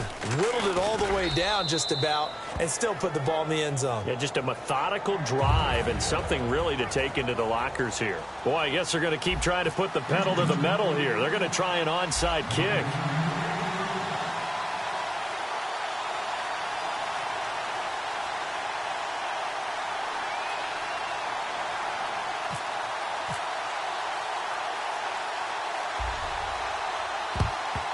Oh, the Texans may have recovered. They did recover. Well, they just scored. They got the lead, and they decide to keep their foot on the accelerator, so to speak. Scouting, scouting, scouting. They had to have seen something in their preparation for this game that told them in this situation, if they get the look they like, let's go ahead and go for it anyway. They like being bold. On first down, Osweiler looking deep downfield. That's caught at the 25. Now hold everything here. We're going to get a timeout by the offense. So as they take it over, we step aside. So with 2 ticks left here in the half, on is the field goal unit. From the left hash, this will be a 41-yarder. And Novak's kick is good. So we've hit intermission. It's halftime. This is the NFL, and it's a presentation of EA Sports. And how about this right out of the locker room? An onside kick attempt.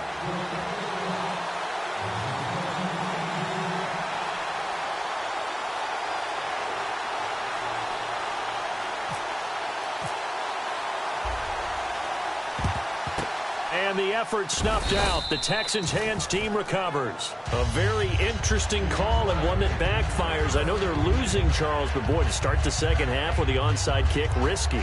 Felt like a sense of urgency from their side, coupled with, you and I both know the special teams coordinators, they sell their key plays each and every week to the head coach, don't they? And I'll guarantee he's been selling this one. We can get it, coach. We can get it. And that came together with that sense of urgency you talked about. Well, the numbers have been good in the passing game, and certainly a big reason why they have the lead. But now here, third quarter, maybe go to the run game a little more? Yeah, perhaps. I mean, after that incompletion, a little credit to the defense for shutting them down on that play. Maybe you try and run the football a little bit more in this spot. But they have to feel good about how they... Got a man, it's caught at the 6-yard line. A big hook up there. Osweiler to Hopkins. 44 yards. And now they're in the hurry-up. Hurry up, here we go. Here we go. No. Check. Patriot. Watch it now, Barney. They'll try and run for it with Miller. And he's in for the score. Touchdown, Texans. Lamar Miller, his second touchdown of the afternoon. And the Texans will add on to their lead. And he certainly played a pivotal role with those 2 TDs and why they're up on the scoreboard right now. Well, someone's all about winning, aren't they? Because he's not worried about the number. Sure, it's great to have 2 touchdowns. But the bottom line is what he's doing is contributing to their lead. He wants to continue to do so. And that'll carry over the back line of the end zone for a touchback. The Cowboys offense now, they head out for their first possession of the second half. They're down in this game. A chance for the offense, though, to put something on the board, get some momentum here in half 2. Try and get things kick-started for them. And you know at the half, they discussed how they were going to get that done. This is where scripting comes into play a lot of the time. How many plays do you script coming out of the second half? Most of the time in the first half, you're scripting 12 to 16. I think in the second half, you're really scripting more like 8 to 10. Kind of a starter or an opener, whatever terminology they use, just something to get you off.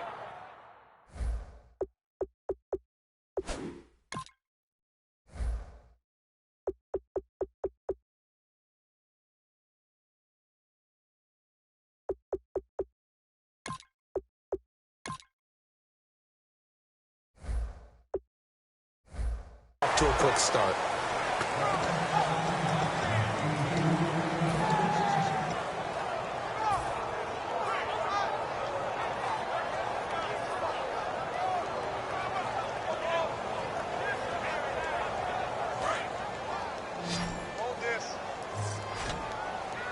And the Texans have an extra defender in the secondary now on third down. Romo now to throw.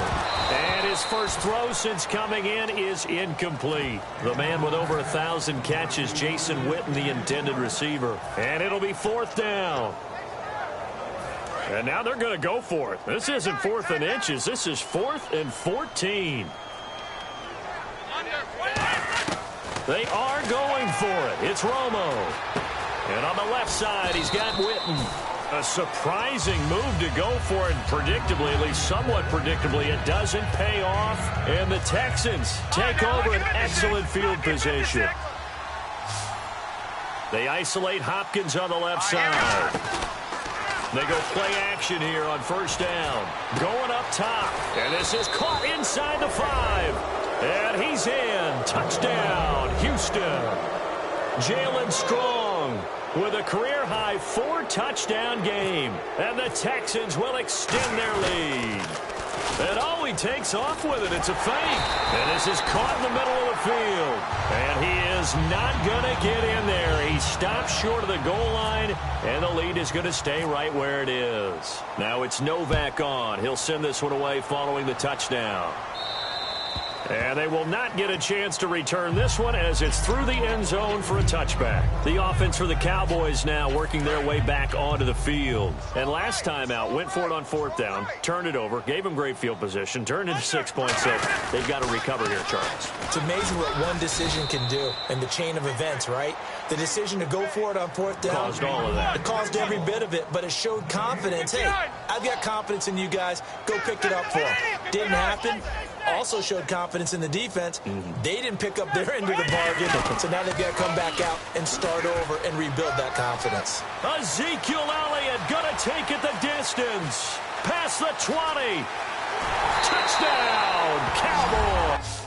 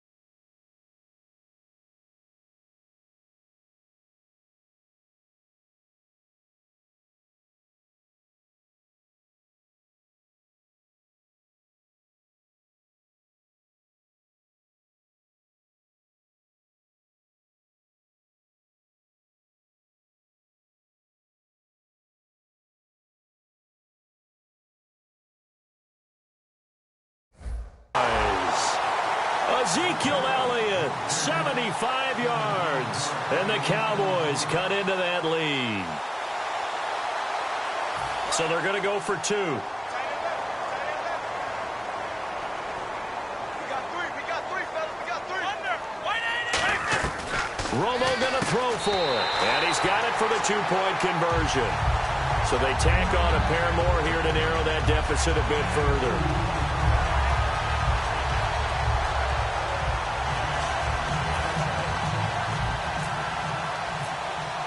Bailey now to kick it away after the touchdown. This is fielded at the goal line. And he'll make it across the 20 as his guys will set up shop at the 23-yard line. And now out comes Houston.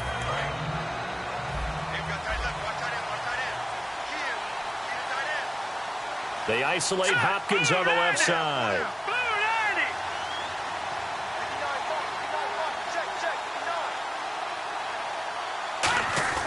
Now a play fake here on first down. Can't find anyone, and down he goes. Osweiler sacked. Charles Tapper in there to drop him, and it'll be a loss of about 8. This is Miller. Bulldozes past him. And good yardage as he gets this one up to about the 23. And third quarter here, you've got the lead. This is where that strong run game can really benefit you. Stayed in bounds there, kept the clock going. I like all the points you just made there. And if you throw the football and it's incomplete, now you've stopped the clock and you've helped out the guys on the other side of the ball. So keep it in the hands of those runners. Keep moving it. Keep grinding the clock. Here's Osweiler. He's just going to dump this one off to his fullback out of the backfield. It's an 8-yard pickup, and on fourth down, they're able to convert and move the sticks. And now it looks like they're going to be in the hurry-up. On 1st and 10, it's Osweiler. He's going to wind up and air it out. And he bats it away, and it falls down incomplete. Sure, that pass was incomplete as they made an attempt to get a big one downfield. But that's okay because the second part of that is if you don't get the completion, at least you've told the defense you're trying to stretch them out a little bit, and they may have to change accordingly. And he is met at the line of scrimmage, and he goes down right there. Calling no gain on the run there, and now they'll be looking at a 3rd down. And if you're you're the defense and those D tackles, you like that they're trying to run the football here against your 4-3, don't you? Yeah, because they tend to eat things up because they are so strong and physical, and especially when they play with leverage where they get lower than the offensive linemen and control them. And what I love about the good defensive tackles, they can play over the guards, they can slide and play over the center. Nobody in the offense likes that day when they have to deal with those guys. The offense staying out there. They look prepared to go here on 4th and 10. They'll indeed go for it with Osweiler. The catch made by Miller. Touchdown, Houston. Braxton Miller, 65 yards. And the Texans will add on to their lead. Wow, talk about a big 4th down conversion for the score. Defensively, how do you let that happen? I think you start with the offense, and you give them credit for going for it and having that type of, well, let's face it, audacity. But defensively, I think you're right on target, partner. There's no way something like that's supposed to happen in that situation. You're supposed to be able to shut that down and get the ball back for your own team. Instead, they give up not just a big play, but a touchdown.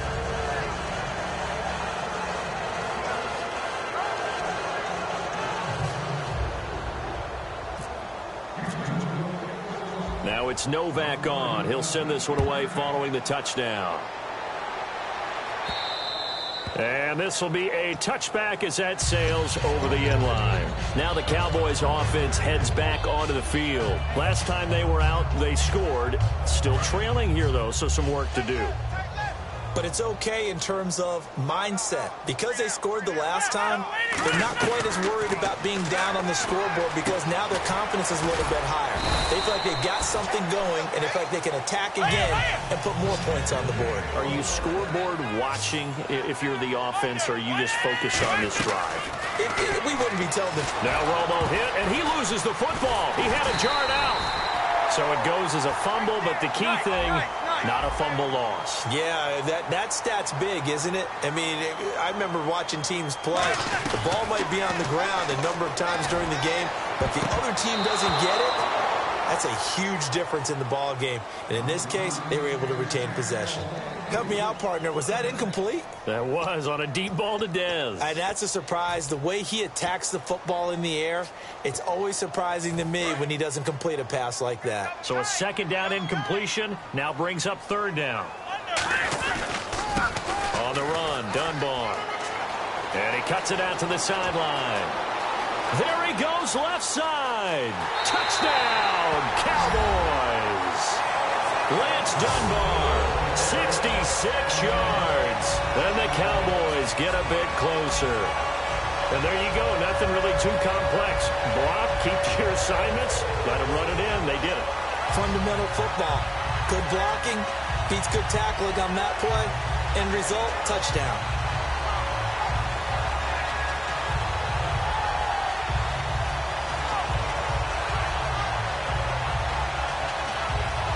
And they will line up now for the 2-point try.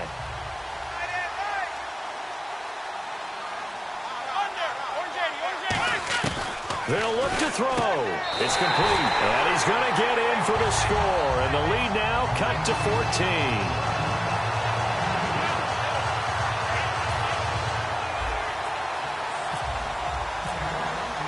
Bailey now to kick it away after the touchdown.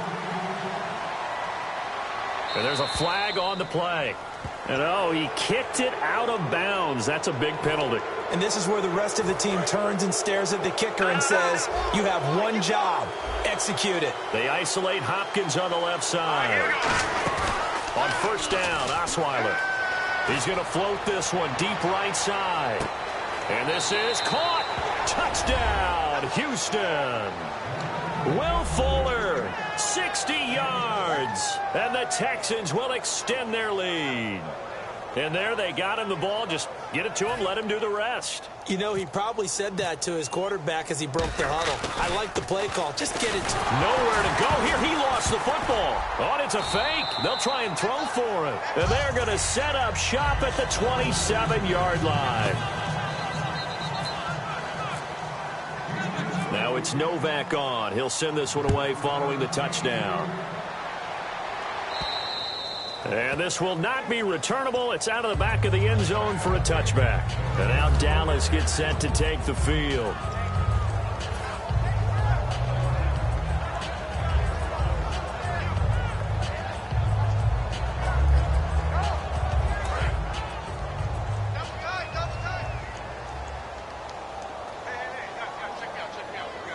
One man in the backfield, Elliott. They're going to give it to him running right. And for one of the few times here today, this run's not going to go anywhere. Officially no gain on the play, and it's second down. And they're going to hurry back to the line now.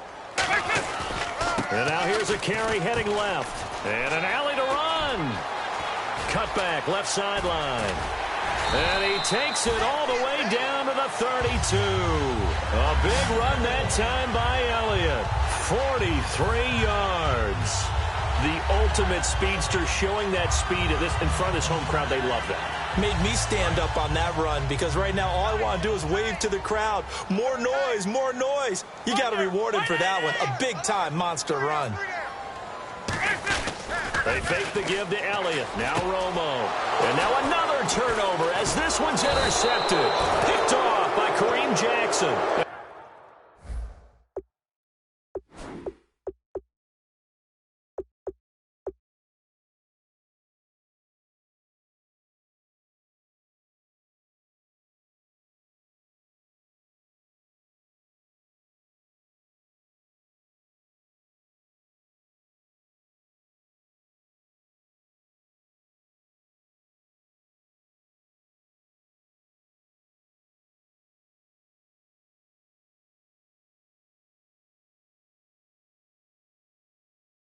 Return will stop right around the 25. The Texans offense now, they get set to head back onto the field. And they'll be looking to atone for last time's mistake of fumbling inside the red zone. Certainly they don't want to do that again. And so much emphasis placed on red zone offense. I mean, you have periods devoted in practice just for that because everyone knows how vital it is to put points on the board when you've entered that part of the field. And to come away with nothing, that's difficult for a team to handle. And difficult, and now we'll see if they can make it less difficult on themselves on this drive.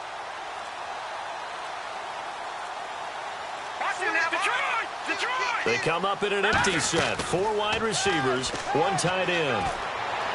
And a little floater there is incomplete. Partner, let's talk about some of the coaches that'll be in new spots here as the regular season starts. You got Dirk Cutter, Hugh Jackson, Mike Mularkey, Doug Peterson, Adam Gase, Ben McAdoo, Chip Kelly, 7 all told.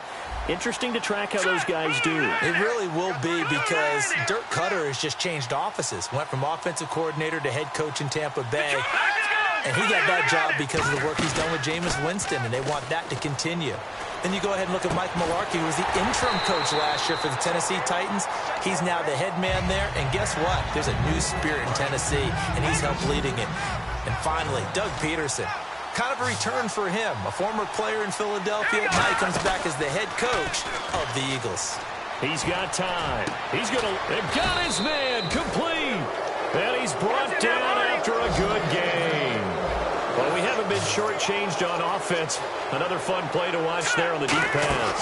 This game has the feel of, what, a turkey bowl, a Thanksgiving day. You know, when we get together this year, when the Davises and the Gaudens get together, that's what our playbook's going to look like. Like they're drawing them up in the dirt, and so far it's working for both of them. Here we go now. 2nd and 10 now. Osweiler. And the hit jarred it loose. It's incomplete.